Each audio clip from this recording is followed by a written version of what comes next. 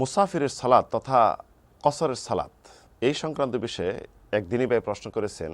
আমরা কোম্পানির ডিউটিতে প্রতিদিন যাই 100 কিলোমিটারের অধিক দূরে, আবার ওই দিনই ডিউটি সেরে বাসস্থানে ফিরে আসি।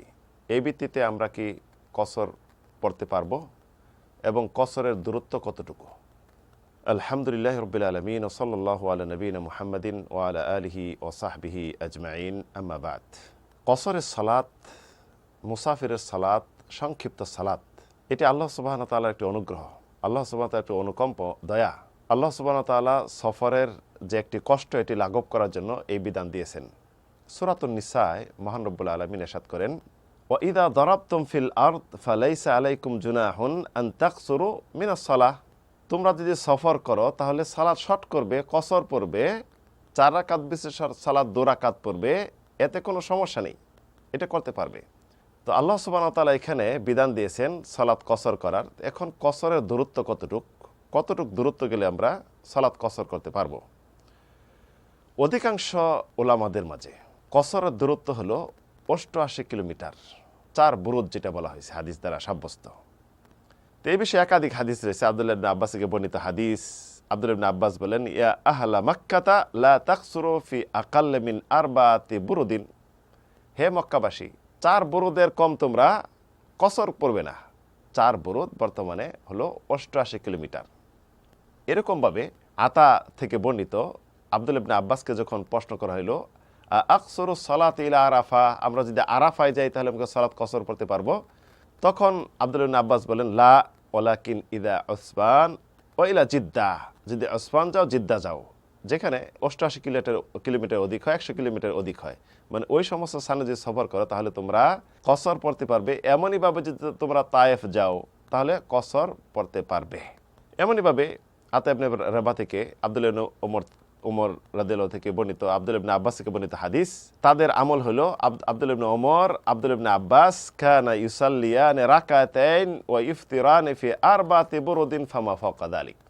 আব্দুল্লাহ ইবনে আব্বাস, আব্দুল্লাহ ইবনে ওমর 4 রাকাত বিশিষ্ট সালাত 2 রাকাত পড়তেন এবং কখনো কখনো রোজা অবস্থায় ইফতার করতেন যখন তারা 4 বুরুদ তথা 88 কিলোমিটার অধিক সফর করতেন। তো এমনভাবে আরও একাধিক হাদিস রয়েছে যে হাদিসগুলি দ্বারা সাব্যস্ত কসর পড়া যাবে। যেমন আব্দুল্লাহ ইবনে ওমর থেকে হাদিস বর্ণিত, তিনি বলেন যে সাহিবতু রাসূলুল্লাহ সাল্লাল্লাহু আলাইহি ওয়াসাল্লাম ফাকানা লা ইয়াজিদু ফি সাফারিন আলা রাকাতাইন ওয়া আবু বকর ওয়া ওমর ওয়া উসমান কাযালিকা আলী রাদিয়াল্লাহু আনহুম আজমাইন।